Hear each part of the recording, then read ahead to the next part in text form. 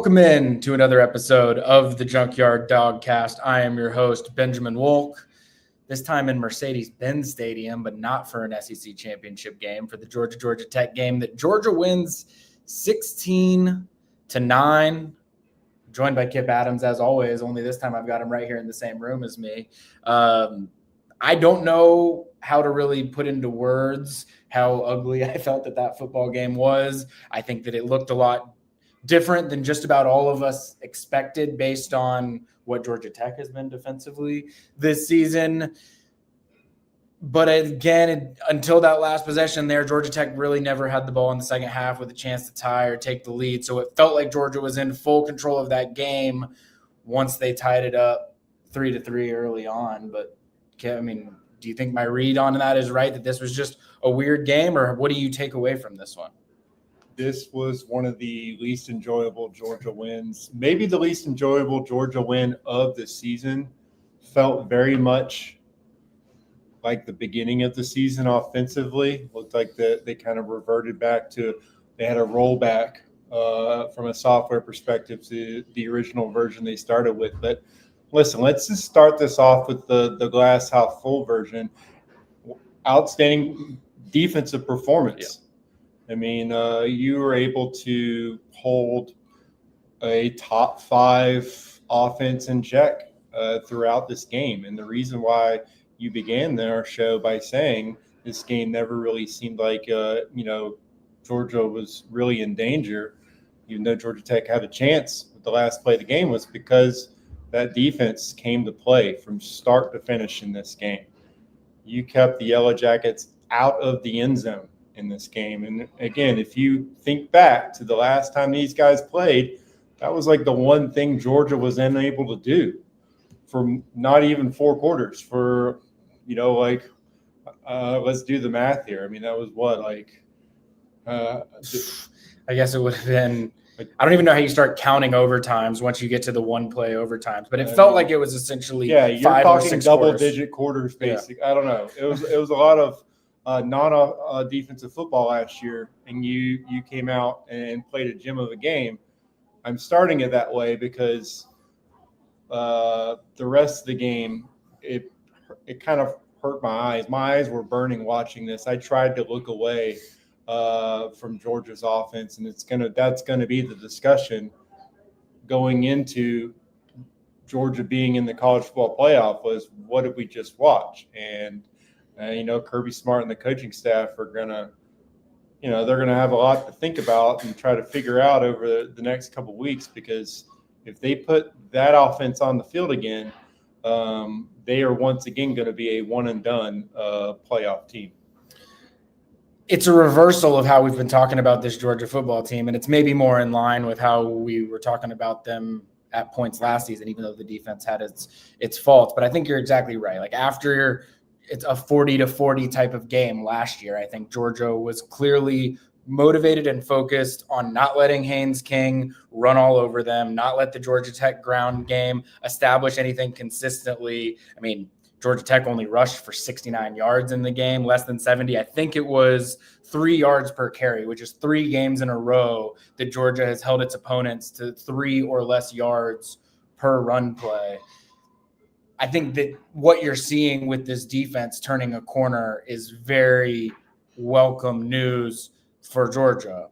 How much concern should we have about this offense? I mean, Georgia threw for 70 yards in this game. I think Gunnar Stockton was like 11 of 21 for 70 yards. He never looked comfortable at one point this entire day. They tried to take some chances down the field in the play action passing game, and he just never seemed to be accurate or precise or be able to get the protection that he needed to be able to send it downfield. And even though they took some chances, there never really were any good looks down the field. I thought Georgia was going to be able to run the ball better in this game than they did. And that's not to say they didn't run the ball well. They rushed for 190 yards. I think most SEC football games, you look at, you say you rush for 190 yards, that's a win. When you're playing this Georgia Tech team with the run defensive faults that they have, and Nate Frazier goes for almost 100 yards in the first half, and I think they were close to 150 yards rushing in the first half, to just not be able to find that identity in the second half, to me, that was the alarming part of this game. And I know we've given Bobo his flowers. I thought that there were some times today where he maybe, I don't know, got a little too conservative, maybe did some cheeky things on first down that got them behind the sticks. And that's probably one of my bigger takeaways offensively in this one. Whether it was the Dylan Bell reverse that gets stopped behind the line of scrimmage, whether it was that one drive where they had 2 false starts that stalled the drive out. It just seemed like they were finding themselves in some 2nd and 12, 2nd and 11s that just Georgia doesn't seem to operate well right now when they are behind the chains. And I think they fell into some of that in this one. And that's why you see a game where Georgia has 260 total yards. Georgia Tech has 250 total yards. Pretty ugly for both sides, really, no matter how much you look at it. But I think that Georgia's defense has started to find some of what they used to be. And I think it's coming at a really critical time. Yeah, Georgia's defensive front really – they were in the backfield for most of the game, really helped out the secondary in some one-on-one matchups. He allowed them to play one-on-one for most of the game. And again, for most of the game, that secondary held up well. There were some leaks towards the end of the game, but you also have, some outstanding plays on that side of the ball. I think Gabe Harris had an outstanding game early. Raylan Wilson was just unblockable for the first half. And then, Ellis Robinson with another outstanding play as well. So you had a lot of great individual efforts on this defense. Offensively, it just felt like once that throw to Oscar Delp was made, or it was Austin Lucky on the pick, it feels like a huge chunk of the playbook just got completely thrown out. And there were no catches by the tight ends today.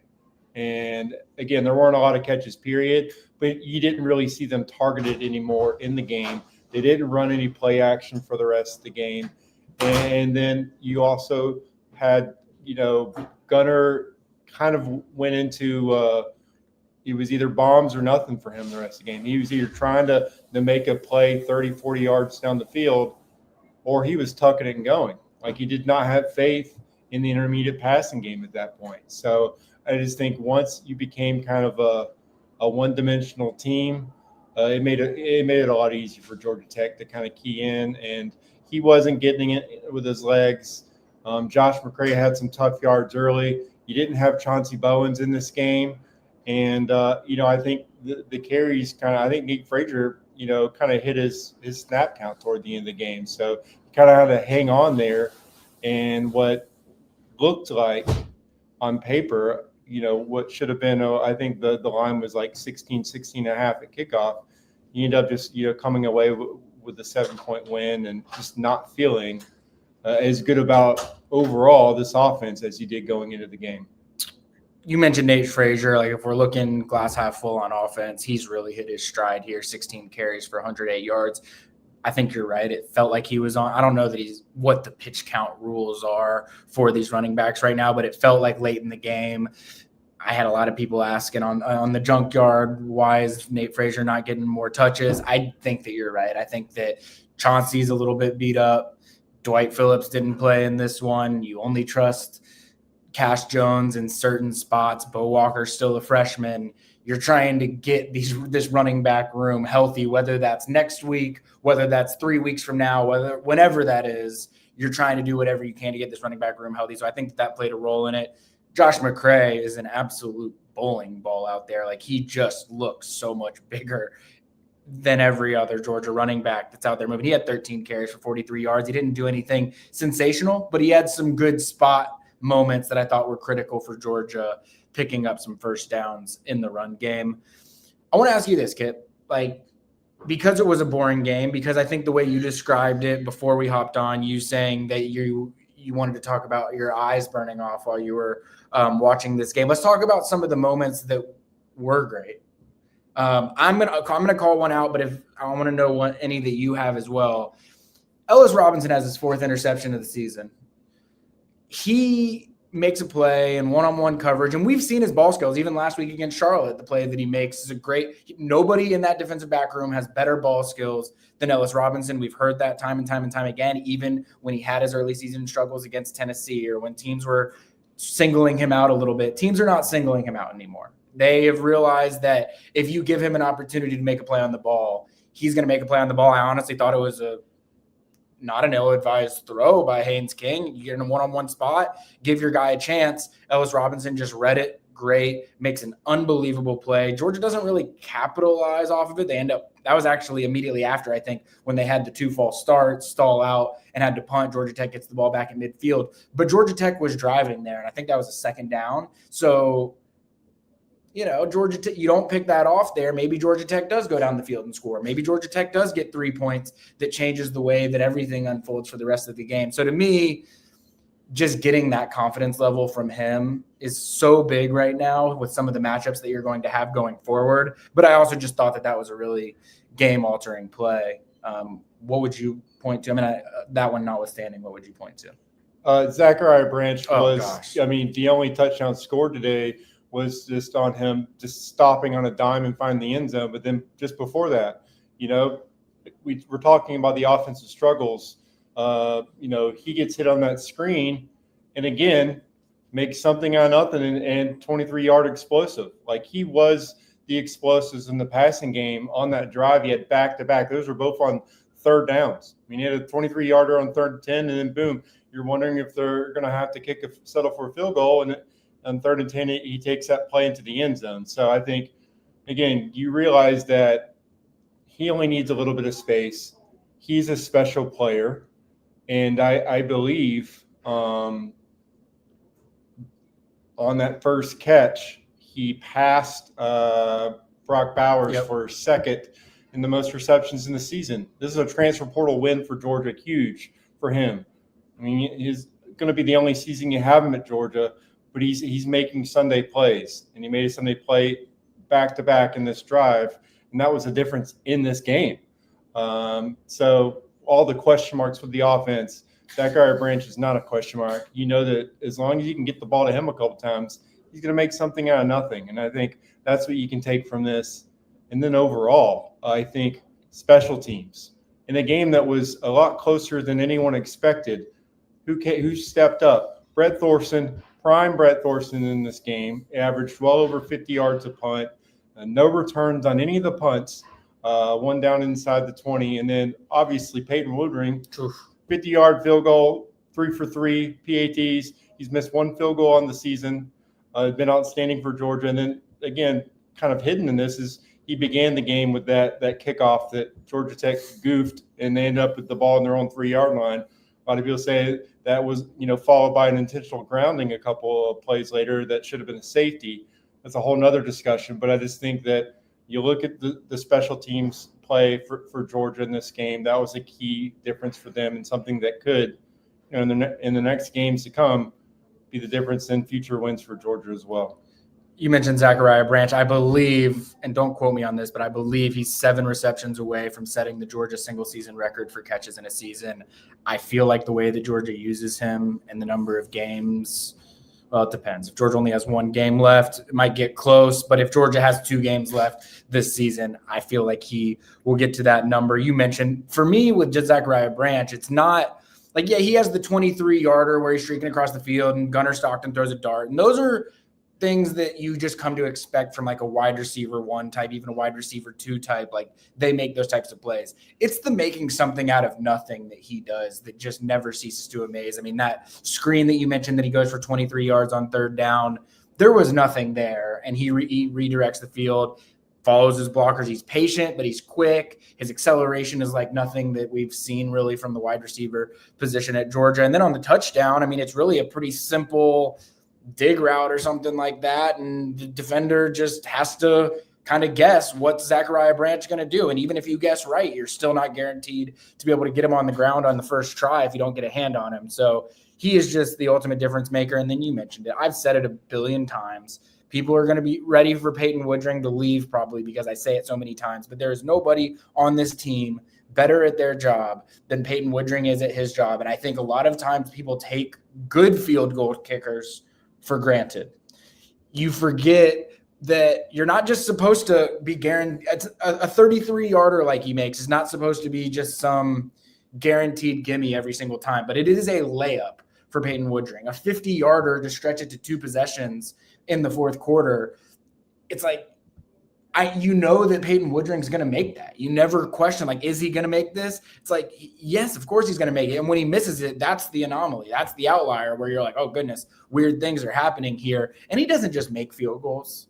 He absolutely slices the middle of the uprights. I mean, he is as consistent of a kicker as Georgia has ever had around. And when you look at some of Georgia's rivals around the country, not just in the games that Georgia's played them this year, but, you look at Alabama's had their fair share of kicker issues for years now. And the fact that Georgia is just riding another run-of-the-mill type of season at kicker, but specifically with Peyton Woodring, I think is just don't take it for granted. Don't take it for granted.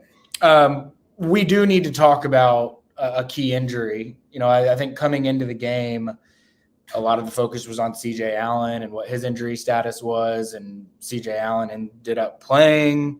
I will say, not to pat myself on the back, but I think Chris Cole did lead linebackers in tackles, which was my prediction from the Gold Predictions. But I could be wrong. I could be wrong on that.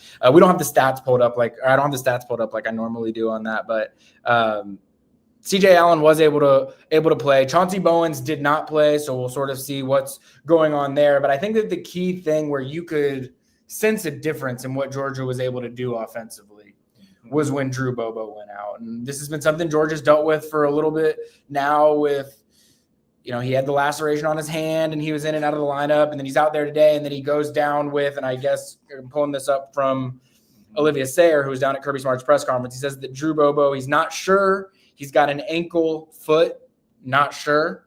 So confirmed, Drew Bobo does have an ankle and he does have a foot from Kirby Smart. But I believe he was in a boot. It's unknown right now whether that's precautionary, whether this is a long-term issue. We really don't have the answer to that. But what I will say is when Malachi Tolliver went in, there was a noticeable difference in a couple of things. One, the consistency of the snaps. And then two, I just think the consistency in pass pro and in run block was not there. And I didn't notice this at the time, but Charlotte's head coach last week gave one of the most glowing reviews of Drew Bobo that we think of Drew Bobo as Mike Bobo's son and this former three-star recruit. And oh my gosh, he's turned into this reliable starter for Georgia. Like, he talked about him like he was one of the best centers that he's seen on tape in a decade. And I think that, like I was just talking about with Peyton Woodring, I think we take Drew Bobo for granted a little bit. And I think that we witnessed that throughout the course of this second half when Georgia wasn't able to run the ball, when the snaps were inconsistent time and time again, without knowing how severe this is, Kipp. What's the alarm status with Drew Bobo right now, would you say? I would say significant. I mean, he's easily, most fans would agree right now he's probably Georgia's best Bobo today. Today, for sure, yeah. That could change in the future. But, I mean, he has built up such a great chemistry with his quarterback, Gunnar Stockton. And you want to talk about someone needing confidence right now, coming off a tough game. I mean, the center, that's who he trusts. The exchange, the calls of the line, an offensive line that was just starting to gel. Putting the same starters out in the field for consecutive games was something that we didn't know how many times Georgia was going to be able to do that at some point this season when they had the 6 different lineups in 6 games. And then this was the unit that was starting to come together. And I think Drew Bobo is a big part of that, especially when you have multiple freshmen coming in with Juan Gasson, with Dontrell Glover. Bobo was the stabilizing force there. And yes, we've seen when there's, new centers or center changes, we've seen how important it is to have someone who can consistently snap well. We've seen it at Georgia. I think in the run game, he's a huge presence as well. And was Georgia's first ever Outland Trophy lineman of the week after the Tennessee game. So I think we talked about coming into the season that this was going to be a year when everyone acknowledges that Drew Bobo is a really good football player. And I think you saw the biggest sign of that when he went out of the game. And that is nothing ill to say about Malachi Tolliver, but it is, he had only played in the last 3 games because Bobo was hurt. Boba got hurt he had the initial injury was the laceration in practice for the Texas game. And then Malachi Tolliver's getting his first real playing time of his career. I mean, that is no small thing. You're in the meat of SEC play at the time. You're playing Texas. You're playing Mississippi State. So I think that now you recognize, okay, we had a really, really good football player in Drew Bobo, and, hopefully they're able to get him back because he's a big part of this offense and very important. All right, we're going to take a quick break. When we come back, we're going to look to the future. I mean, there's big things coming up, and as we sit here right now, we don't exactly know what the future even looks like, whether we'll be in this building again this season or not. We have no idea. So when we get back, we'll talk about what's next, and maybe we'll get Jordan Hill if press conferences end on time. Maybe we won't. We'll just have to play that by ear.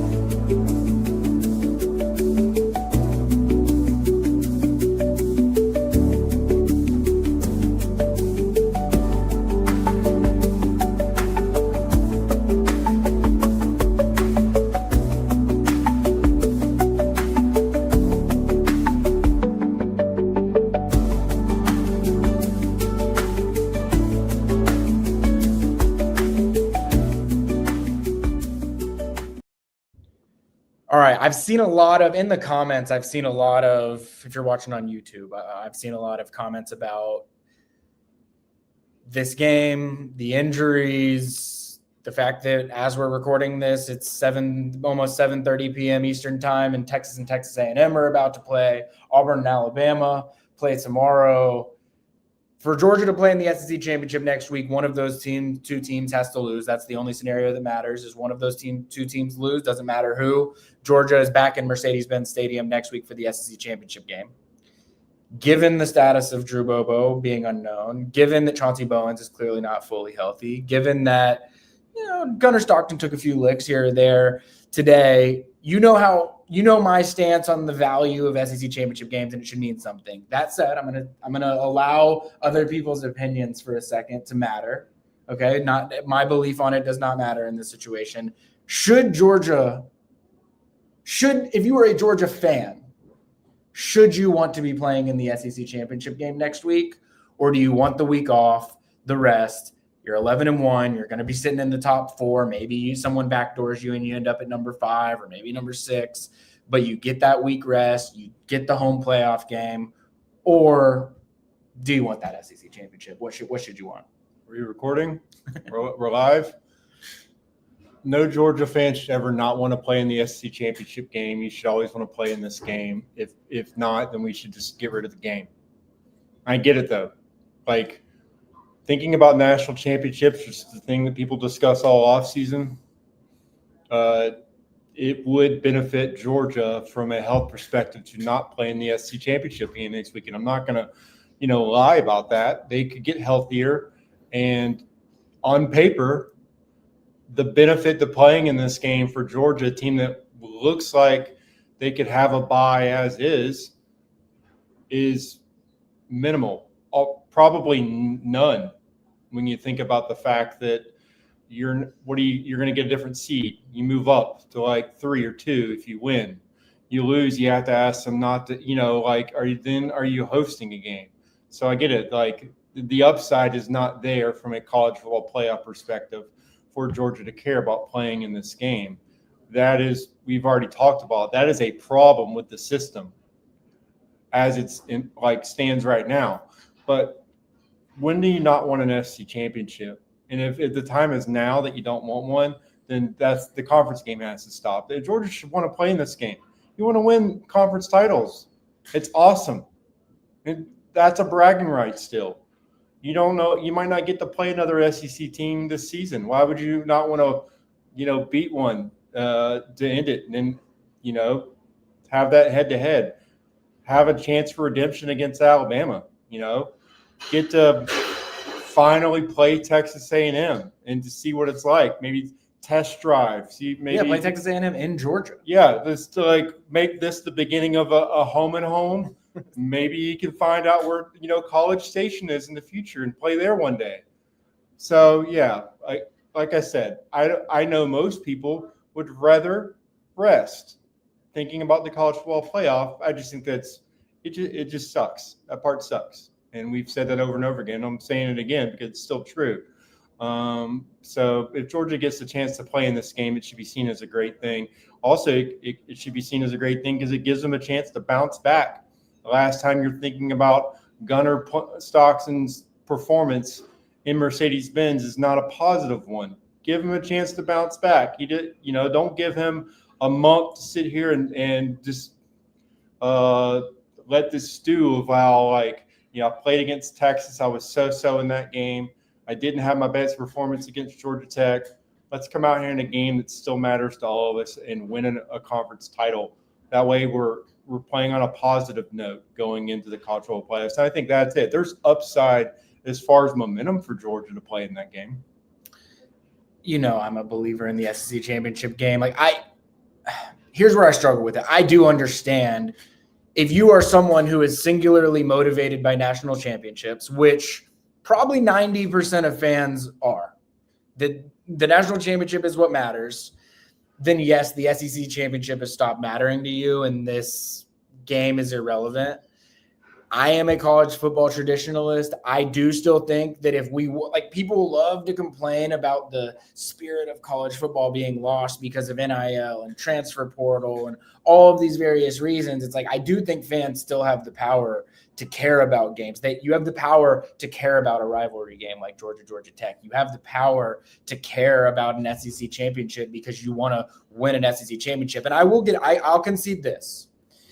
If you were to sit here and tell me right now Georgia can't play in the SEC championship game, but they're going to win the national championship, obviously you take that 10 times out of 10.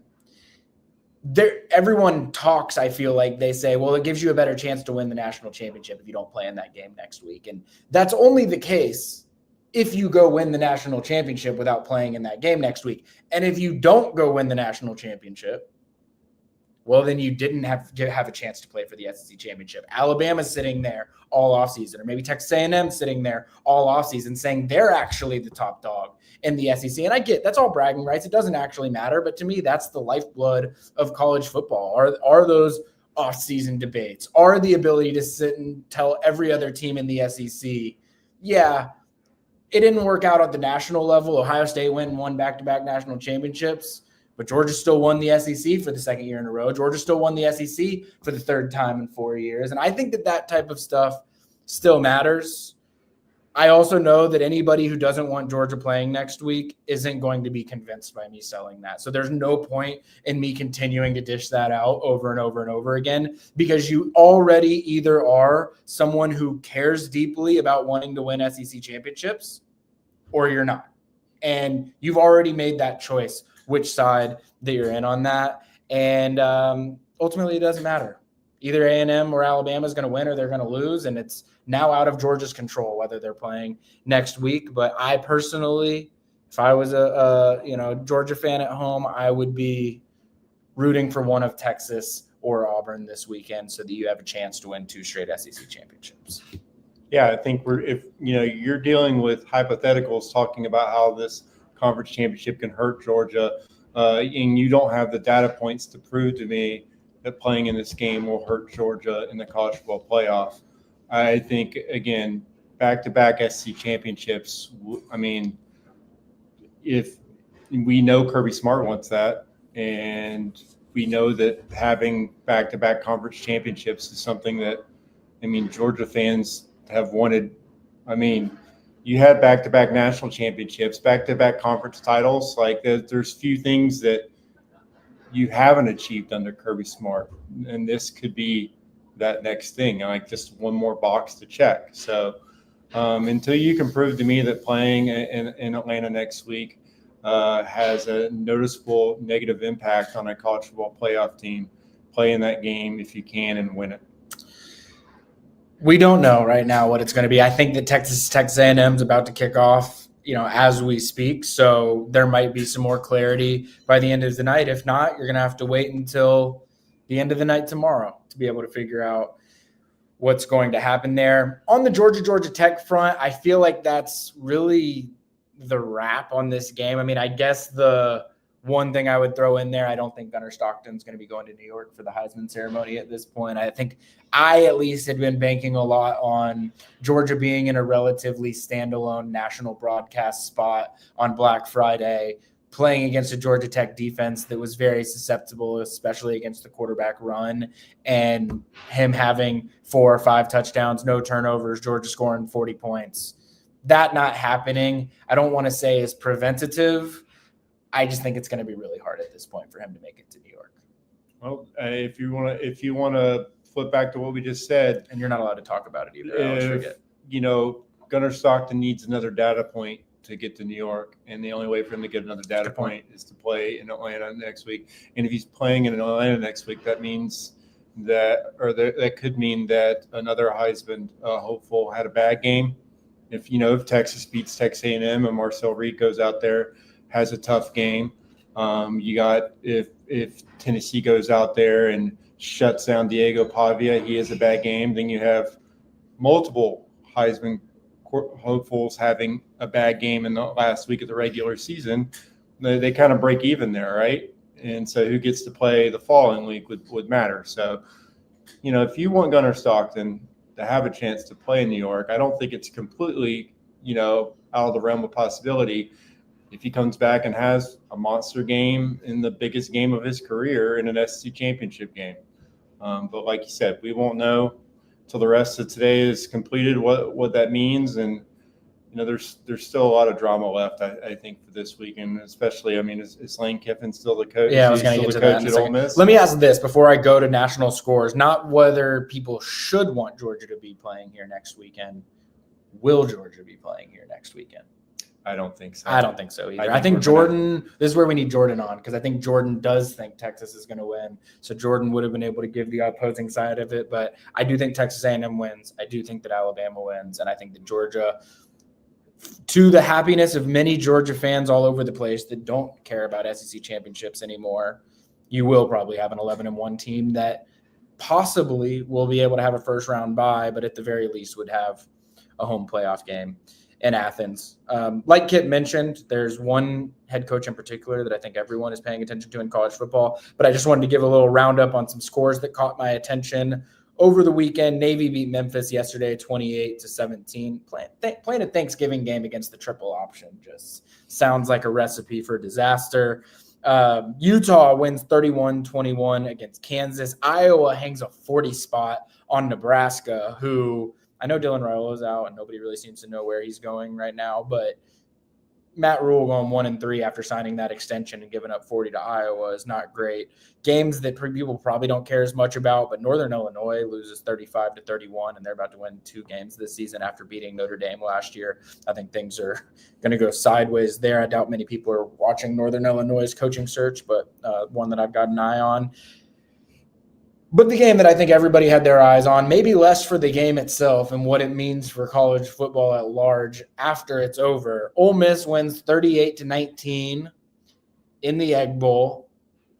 All eyes are on Lane Kiffin. There's reports here, there's reports there that he's not going to Florida, that he's maybe still considering LSU. I think he had the quote on the television broadcast that he's got a lot of praying to do over the next day so that he can actually make his decision.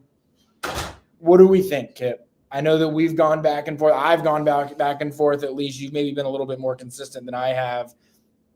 Where is Lane Kiffin 48 hours from now? Why are we still waiting on him to announce something if he's staying at Ole Miss? He has a flair for the dramatic that no one else can achieve in college football. It is the spotlight's just different with Lane. So if we're doing all of this for Lane Kiffin to announce he's staying with the program, I guess you could argue it would be the most Lane Kiffin thing possible. I get it. But as someone, we've got decades of covering high school recruiting between us here. When someone's announcing a decision and they're verbally committed to someone, yeah. Like 95% of the time, you're not announcing that you're staying with the program you've already announced you're going to. There's a change that's about to happen. So my opinion would be that he is going to announce that He's going to LSU, this weekend. And you know what? If he does announce he's going to State Ole Miss, like, it would leave a bad taste in my mouth if I'm Ole Miss. Like, if he told if your athletic director knew this whole time, if he already said I'm staying, and you just had to keep it quiet for like this whole time, it just kind of makes a mockery of everything, in my opinion. So I just think that decision's been made, and yeah, he's going to LSU. He's going to leave a college football playoff team that has had its best season in modern football to go to a program that's gone through a couple coaches. And I think that is fascinating to me. I understand from a program prestige perspective and what they've done, but like, you just proved that you could build a team that is capable of making it potentially to a final group that, seems like that would be perfect for you to continue doing that. So, I think for both programs, it just seems like this has not been, the enjoyable week that it should be. And at the end of the day, like, Lane Kiffin's responsible for that. I don't know. I've talked myself a bunch of different ways on this one. I still kind of think that the NFL window opens up for him too in a few months or a month or so. I don't know, man. I think he's going to stay at Ole Miss. You're right. It is so, you mentioned if you're committed somewhere, but you schedule a commitment ceremony, like that brings me back to DeMarcus Riddick a couple of recruiting cycles ago at Georgia when he's having this ceremony as a Georgia commit. Obviously, he was going to be flipping to Auburn. But to your point, Lane Kiffin is just different than everyone else. So I feel like he'll find some weird creative spin for why this all made sense if he does end up staying in Oxford. But it's just weird. And look, if A&M and Alabama both lose, they're playing in Atlanta next week. What do they do then? Do they just give them another week rope and say, hey, we'll figure it out in a week from now, I guess, too, because you've got a game in a week. And then by then it's after signing day. And by then the other schools that are trying to look at you, like, it's just a mess. But I do have some great news, though, for people that are watching along but also listening along. Kipp and I were about to shut things down, but we're not going to shut things down yet because we've got our guy Jordan Hill in the press box as well. Just got wrapped up with Kirby Smart, with players. Jordan, we've talked about the mess of a football game that we watched. We've talked about Drew Bobo's injury updates or lack thereof, or maybe you've got more for us. But floor is yours. What were the highlights from down with Kirby and players?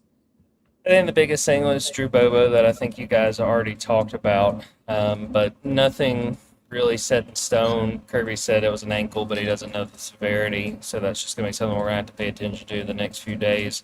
Kirby was really good. He was asked about basically, if it was better off if Georgia did not play in this SEC title game, and he was basically like, why have we stopped caring about the SEC championship? He said, when I was younger, like, that was the thing. And I understand where he's coming from. Kirby was really good. We've always maintained Kirby post game is the best Kirby. Oh, yeah. He was asked at one point about the Ellis Robinson interception, and he was like, the question was like, did you see it? Which I understand the question. Sometimes where Kirby is, you might not have a good angle. And he was like, yeah, I was watching the game. Like, of course I saw it. But besides that, I think that he didn't really go into what I hope you guys talked about. I mean, the question now for me is just this offensive line, because Malachi Tolliver, he struggled. They have got to figure out what they're going to do, whether it's getting Malachi more confidence, playing more consistent. Talked to Gunner afterwards, and he really downplayed it. I mean, said that, losing Drew was big, but they were able to do enough. And the players were asked, basically their preference. Do they want to play in the SEC title game, or do they want the rest? And Gunner was basically like, I'm paraphrasing, but like, we're up for whatever. If we got to play, we're going to go play. And I thought that players were really good. Quintavious Johnson talked about what it meant to win this rivalry game. He said his mom's house is like 7 minutes from Georgia Tech. So that's a game that meant a lot to him. And, ugly game. I think they all understand that they did not play their best. I asked Gunner about his interception, and he said, "But I just forced it." I said, you got to eat it, in that situation, and just live to punt. They know they didn't play their best. They know there's a lot they got to clean up, and again, they got to figure out what they're doing on the offensive line. But a win's a win. I wrote about it in my instant takeaways. It was ugly. Would you rather have an ugly win than a pretty loss? I guess in your mind, like, if Drew Bobo's not available, is it just a Malachi Tolliver is starting at center, or do we think there might be other options for what Georgia's able to do with its rotation? I'm really interested. Cortez Smith got banged up against Charlotte. I don't know how significant that injury was. That's something to pay attention to. And the thing that I'm interested in that we didn't learn during the spring fall camp, I think back to last year, there was talk back in the spring. It was like, we've got these centers, and we're working Tate Ratledge, our right guard. We're giving him snaps. There never was that conversation this offseason. So I'm surely they've worked somebody else as an emergency center because you don't want to be in a spot where you don't have anyone who can snap. But, I feel like their default right now, especially if Cortez Smith can't go, is we're going to roll with Malachi Tolliver and hope, I believe he's just a redshirt freshman, that the redshirt freshman can go out there and can just play better, now that he had those snaps. But it's a big question for me, guys. Like, if Drew Bobo is going to miss, mostly I'm looking more toward the postseason. Like the playoff, not so much like the SEC title game, but if they don't have Drew Bobo, I don't see this team winning a national championship just because that is such an issue snapping the ball. Gunner, the snaps are just not accurate. And, I hate, that at halftime, I'm sure Georgia Tech's defense made adjustments.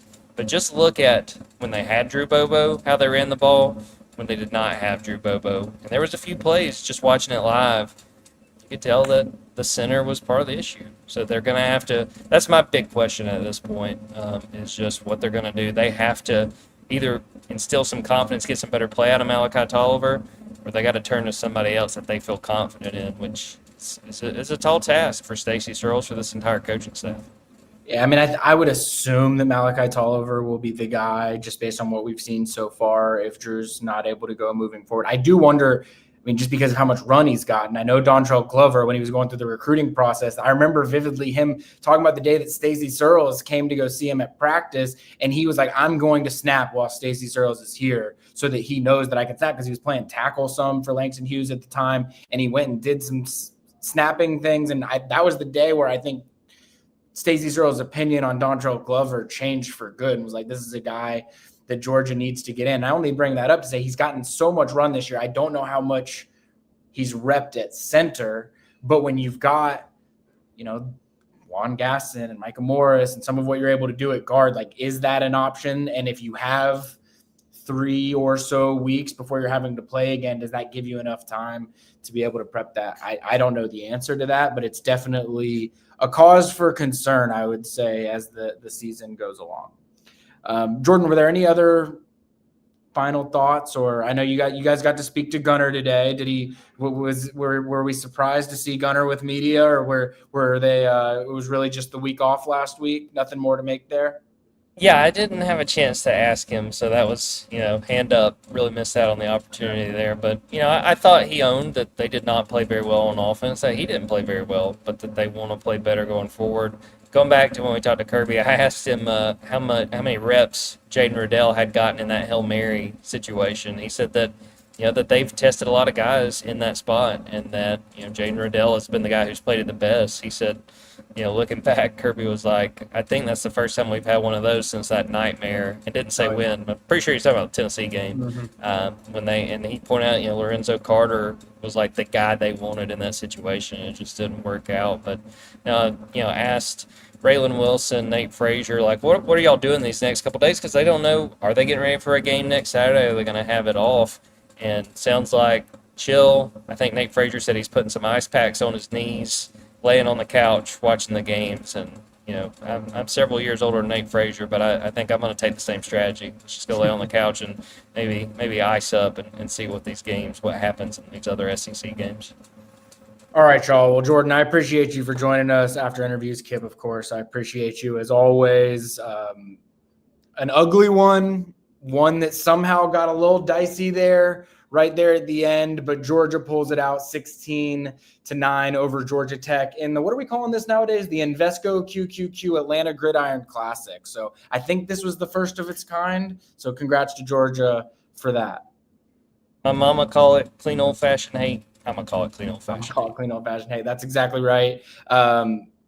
We don't know, I guess, whether we're gonna have a show next. Well, we know we're gonna have a show next week for signing day on Thursday. We're gonna do, or the middle of the signing period. We're gonna do a signing day special. We've already got, probably 10 or so Georgia commits. We'll probably have some more that are going to join us on Thursday. So I am really much looking forward to that show, but it's possible that we have a Tuesday preview show. It's possible that Jordan has a show with an opposing writer. We have no idea. You guys have as much of an idea of what our show schedule next week is going to look like as we do. But I hope we've got a bunch of shows personally, because I would love to cover another SEC championship game. And my stances on the SEC championship game is the same as Kirby Smart. So that's really all I've got. Is that all you've got?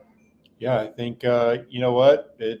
You had another 11-1 season. So congrats on making it back to the college football playoff. We won't know what that seed will be, but, I mean, Georgia's in the postseason again, and that's really all you can ask for going into any season. It is. I got to say this before we hop off as well. It is Black Friday as we do this. We have a Black Friday Cyber Monday special running right now over at Dogs 24/7. That is 75% off for the annual. Yeah. So like we say a lot, there's very few times that are better than now to get in, but I especially mean it with this Black Friday Cyber Monday special. Next week is probably going to be chaos for Georgia recruiting, just with some things that have started to happen today. So we'll have news and notes over there. We'll have maybe preview for SEC championship game. Who knows? But right now is as good a time as any to jump in. So I appreciate you, Kipp. I appreciate you, Jordan, Olivia, wherever you are in this press box. I appreciate you as well for sending us those updates during the Kirby Smart press conference. Jordan, one more thing. I was just going to say Olivia's the only one actually working, so we should shout out Olivia. That's right. So that's right. Georgia 16, Georgia Tech 9, and we may see you next week. We may not. We have no idea. But until then, we'll see y'all.